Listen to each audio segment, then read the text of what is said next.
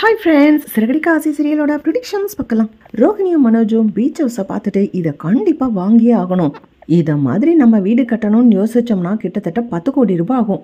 நல்ல வேலை, நம்மளுக்குன்னு அதிர்ஷ்டம் 3 கோடிக்கு கிடைக்குது.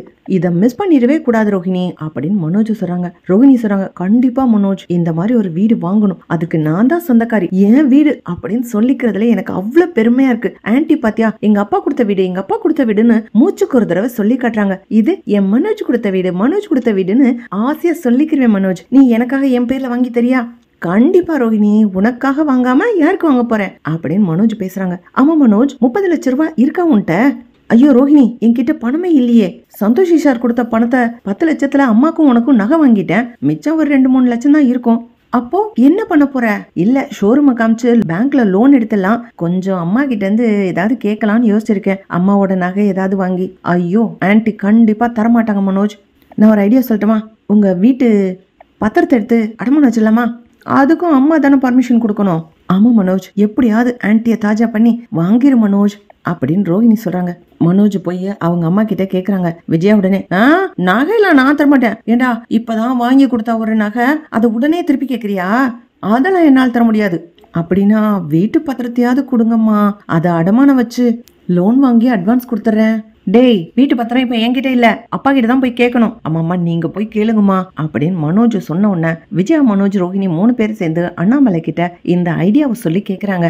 அண்ணாமலையும் மொத்தம் கேட்டுட்டு, ஏண்டா, ஒரு புது வீடு வாங்கணும்னா காசு வச்சிருந்துட்டு வாங்கணும், அதை விட்டுட்டு பழைய வீட்டோட பத்திரத்தை அடமானம் வச்சு புது வீடு வாங்க போறியா? இது என்னடா கணக்கு இது? இந்த வீடும் இல்லாம அந்த வீடும் இல்லாம போயிருண்டா, நீ எடுக்கிற முடிவு சரியில்லைன்னு எனக்கு தோணுது அப்படின்னு முத்து சொன்ன உடனே ரோஹிணி சொல்றாங்க, என்ன முத்து, முதல்லயே தடை போடுற மாதிரி இப்படி பேசுறீங்க நெகட்டிவா? மனோஜ் வீடு வாங்குறதுல உங்களுக்கு சந்தோஷம் இல்லையா? இல்லாட்டியும் பரவாயில்ல, அதை இப்படிலாம் பேசாதீங்க. அண்ணாமலை சொல்றாரு, இருமா ரோஹிணி, முத்து சொல்றது ரொம்ப கரெக்ட் தான்மா. உங்ககிட்ட ஓரளவுக்கு பணம் இருந்து மிச்சத்துக்கு கடன் வாங்குறீங்க அப்படின்னா கூட பரவாயில்ல, ஒரு காசுமே இல்லாம இந்த வீட்டோட பத்திரத்தை அடமானம் வச்சு இன்னொரு வீடு வாங்குறதுன்னா அது சரியா வராதேமா. அதுவும் மனோஜை நம்பி கொடுக்கறதுன்றது மண் குதிரையை நம்பி ஆத்துல இறங்குற மாதிரி. கண்டிப்பா அவனால கொடுக்க முடியாது. ஏமா, இந்த 2 மாசமே 27 லட்சத்துக்கு 50,000 ரூபாய் தரணும்னு சொல்லி பேசுனீங்கல்ல, அது இன்னுமே கொடுக்கவே இல்லையாமா?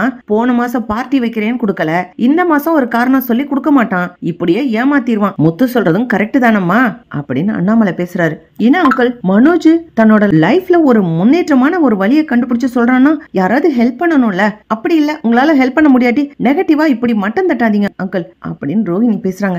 அண்ணாமலை சொல்றாரு, முத்து நீ பேசாம இரு. டேய், வீட்டு பத்திரத்தை அடமானம் வைக்கிறதெல்லாம் சரியா வராது, அதுக்கு நான் ஒரு காலமும் ஒத்துக்கிற மாட்டேன், நீ வேற ஏதாவது ஏற்பாடு பண்ணு அப்படின்னு சொல்லி அண்ணாமலை சொல்லிடுறாங்க. ரோஹிணியும் மனோஜும் ரூம்ல உட்காந்து யோசிக்கிறாங்க. ரோஹிணி உடனே, சரி மனோஜ், எனக்கு தெரிஞ்ச ஒரு ஆள் இருக்கான், அவன் வட்டிக்கெல்லாம் பணம் கொடுப்பான், அவன் கிட்ட போய் நீ கேளு அப்படின்னு சொல்றாங்க. மனோஜ் உடனே, நீயும் வா ரோஹிணி. ஐயோ, அவன்கிட்ட நான் வரமாட்டேன், லேடிஸ் எல்லாம் போகலாமா? நீ போ மனோஜ், ஆனா என் பேரை மட்டும் சொல்லிடாத. எனக்கு எங்க பார்லர்ல வேலை பார்க்குற ஒரு பொண்ணு தான் இந்த ஆளை காமிச்சான், வித்யாவுக்கு கூட தெரியும் தான். நீ போ மனோஜ், அவன் நிறைய பணம் தருவான், வட்டி கூட கம்மி தான், எந்த பொருளும் அடமானத்துக்கு கேட்க மாட்டான் அப்படின்னு சொல்லி சிட்டியோட அட்ரஸை கொடுத்து ரோஹிணி மனோஜை சிட்டி கிட்ட கடன் வாங்க அனுப்புறாங்க. சிட்டி மனோஜை பார்த்தோன்னே, ஆஹா, இது அந்த ரோஹிணி மேடமோட ஹஸ்பண்ட் தானே இவன், முத்துவோட அண்ணன், இவனை சரியா போட்டு அமைக்கலாமே அப்படின்னு சிட்டி யோசிக்க ஆரம்பிக்கிறான். 30 லட்சம் ரூபாய் வேணும் அப்படின்னு மனோஜ் கேக்குறான். 30 லட்சமா? அவ்வளவு கொடுக்க முடியாதுங்க, நான் கொஞ்சம் நஞ்சம் ஒரு 2 லட்சம் 3 லட்சம், குறைஞ்சது 10 லட்சம் வரைக்கும் தருவேங்க.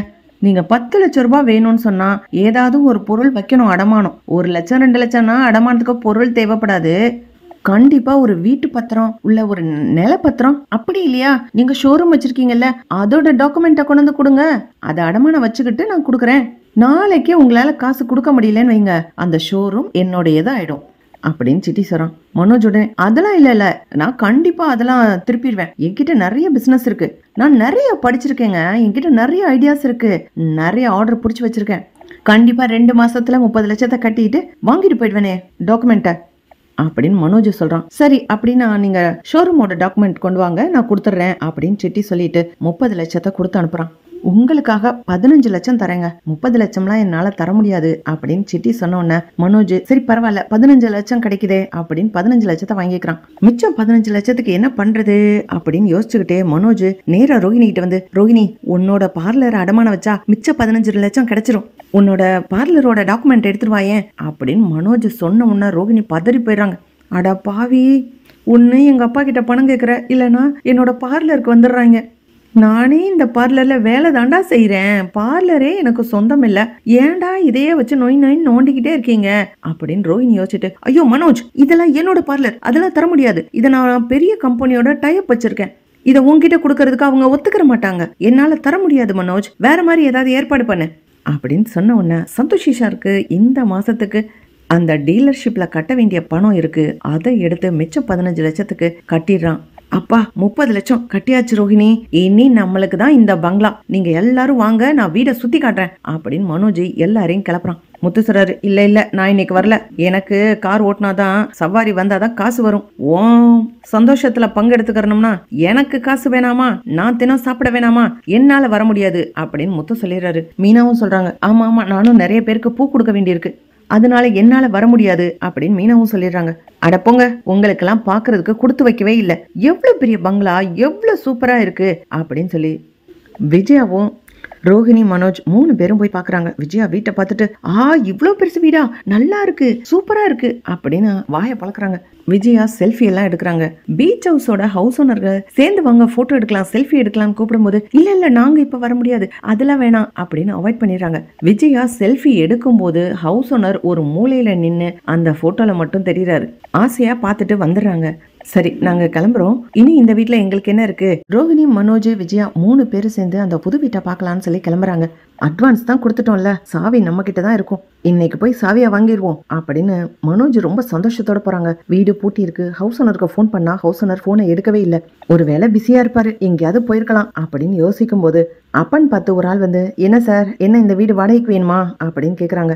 மனோஜ் ரோஹிணியை ரொம்ப திமிரா, என்னது வாடகைக்கா, இந்த வீடு நான் தான் வாங்க போறேன், 30 லட்சம் ரூபாய் அட்வான்ஸ் கொடுத்துருக்கேன் அப்படின்னு சொல்லும்போது, அடக்கிருக்கு பையல, இந்த வீடு ஷூட்டிங்க்கு வாடகைக்கு விடுறது, ஆளுங்க வாடகைக்கு இருப்பாங்க, மாசத்துக்கு வாடகைக்கு ஆள் மாறுது, இதோட ஹவுஸ் ஓனர் இங்க இல்லவே இல்ல, ஃபாரின்ல இருக்காரு, யார பாத்தியா நீ அட்வான்ஸ் கொடுத்த அப்படின்னு கேட்கும்போது மனோஜ் ரோஹிணிக்கும் வயித்து புரட்டுது. ஐயோ என்ன மனோஜ் என்ன சொல்றீங்க, இப்பதானே ஒரு ஆள் இந்த வீடு தான் என்னோடது அப்படின்னு சொல்லி வீடெல்லாம் சுத்தி காமிச்சு அட்வான்ஸ் பண்ண 30 லட்சம் ரூபாய் வாங்கினாரே அப்படின்னு சொல்லும்போது, ஆளா இங்க ஒரு ஆளு 10 நாளைக்கு வாடகைக்கு வேணும்னு தான் எடுத்து இருந்தாரு, இந்த வீட்டெல்லாம் யாரும் விக்கிறது இல்லப்பா, இது பெரிய கோடீஸ்வரன் வீட்டு வீடு, இதை யாருப்பா உனக்கு விக்கிறேன்னு சொன்னா, எவன்ட்டியோ நல்லா ஏமாந்துருக்க, அட்வான்ஸ் பண்ண கொடுத்துட்டியா, போச்சு போ, அவ்வளவுதான், உனக்கு காசே கிடைக்காது, திரும்ப ஏமாந்து போயிட்டியா அப்படின்னு ஏமாந்துட்டேன் அப்படிங்கிறத மனோஜுக்கு சொன்ன உடனே மனோஜ் இடிஞ்சு போய் உட்கார்றான்.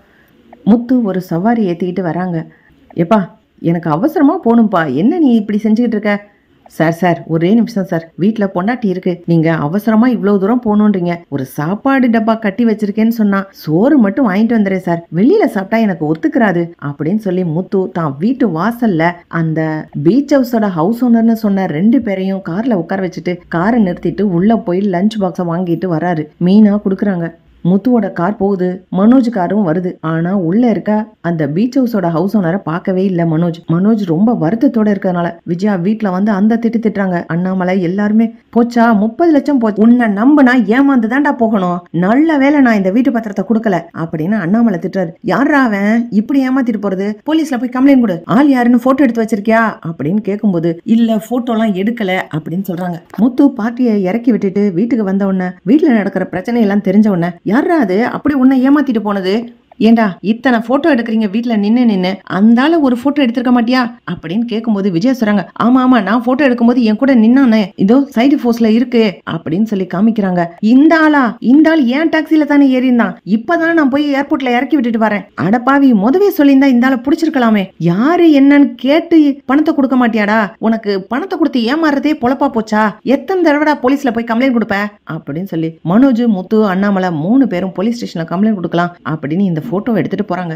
அப்பதான் ஒரு கான்ஸ்டபிள் கேக்குறாரு, ஏப்பா இப்பதானே ஒரு 27 லட்சத்தை ஒரு மேடம் ஏமாத்தினாங்கன்னு சொல்லி அவங்க கிட்ட இருந்து 30 லட்சமா நீ வாங்கின, மறுபடியும் ஒரு 30 லட்சத்தை நீ ஏமாந்துட்டியா அப்படின்னு கேட்டோன்ன அண்ணாமலையும் முத்துவும் மனோஜ முறைச்சு பாக்குறாங்க. ஏண்டா அப்ப மொத்தமா எங்க கிட்ட போய் சொல்லிருக்கியா, அப்பாவோட 27 லட்சம் ரூபாய் கிடைச்சிருச்சு, அது நீ சொல்லாம மறைச்சிட்டியான்னு ஸ்டேஷன்லயே வச்சு முத்துவும் அண்ணாமலையும் மனோஜ குமுறுன்னு குமுறுறாங்க. இப்படித்தான் போலாம் ஃப்ரெண்ட்ஸ். பார்க்கலாம், லைக் பண்ணுங்க, ஷேர் பண்ணுங்க, கமெண்ட் பண்ணுங்க. Thank you friends. பல நாள் திருடன் ஒரு நாள் அகப்படுவான்னு 30 லட்சம் ரூபாய பல நாள் திருடன் ஒரு நாள் அகப்படுவான்ற மாதிரி 30 லட்சம் ரூபாய அண்ணாமலை கிட்ட இருந்து ஏமாத்தின மனோஜ் வசமா முத்துக்கிட்டே அண்ணாமலை கிட்டே அடி வாங்கினா நல்லா இருக்கும்னு நினைக்கிறவங்க இந்த வீடியோக்கு லைக் பண்ணுங்க.